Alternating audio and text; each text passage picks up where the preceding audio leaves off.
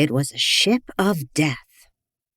When Deborah Morris boarded the great steamboat Gallant on St. Louis on a day in June 1852, she'd heard vague rumors about there having been a cholera epidemic in the area.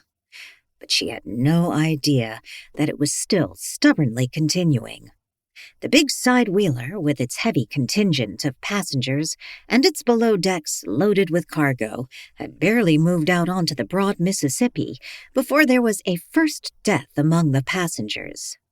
The captain decided to bury the body at once in the hope of preventing further spread of the cholera on board. So the Gallant moved close to the shore, and a rowboat took the body away to be buried on the riverbank.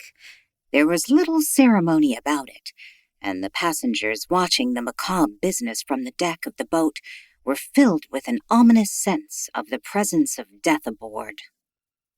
Deborah, who was traveling alone on her way to Natchez, made friends with a couple from New Orleans. The man's name was Josiah Denby. He was a middle-aged lawyer with a hunchback, but his face was pleasant, and so was his manner. His wife was a motherly woman about his age, whose name was Sarah. When the first burial took place at twilight, Deborah watched it from the deck in the company of the hunchback lawyer and his wife. Josiah Denby's lined face showed an expression of alarm as he said, "I trust we shall have no more cases on board." His wife sighed. "The victim was only a slip of a girl traveling with her father and mother. How dreadful they must feel to have her buried in such haste and in this desolate spot." "The captain felt the risk of keeping the body on board too great," Josiah Denby told her. Deborah turned from watching the rowboat with its crew of two straining at the oars to say to the couple, "The important thing is to prevent any spread of the disease. We are trapped aboard for some time and in close contact." She was a beautiful young woman of 23. Her hair was blonde and her eyes large and a deep blue. At home, in distant Philadelphia, she and her sister had been considered lovely and had attracted more than usual attraction since they were identical twins. At the rowboat was made fast to the boat, and it began to churn on. They strolled aft to watch the river in the dying light.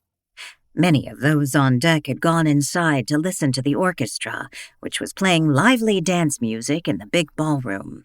This in sharp contrast to the burial which had just taken place. Deborah turned to Josiah Denby and said, "So you know something about Natchez, and you have heard of Ravenhurst?" The hunchback lawyer nodded. "My practice has occasionally taken me to Natchez, and I have heard of the Raven family and their plantation, but it has been several years, and I'm not too clear about what was said." "I'm sure Angus Raven must be a very wealthy man," Sarah Denby said, with a serious look on her round face. "A plantation the size of Ravenhurst would employ more than 100 slaves, and fine crops of cotton must be harvested there." "My sister Judith mentioned the slaves and the prosperous cotton crop," she said. "That was after she first went there as a bride. In the months before her accidental death, she didn't write at all. I was very concerned. Then I received the letter from Angus Raven informing me that she was dead." "How shocking for you," the stout Mrs. Denby said as they stood together in the growing dusk.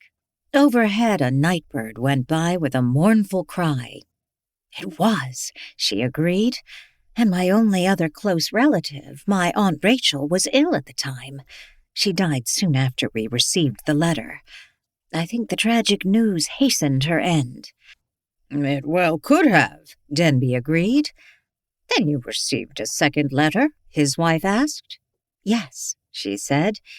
"Angus Raven wrote a longer letter, though he still gave me no details of the accident which caused my sister's death.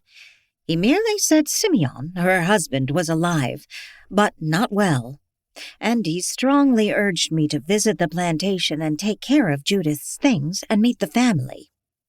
Josiah Denby said, "She'd only lived at Ravenhurst for a year or so, hadn't she?" Deborah nodded.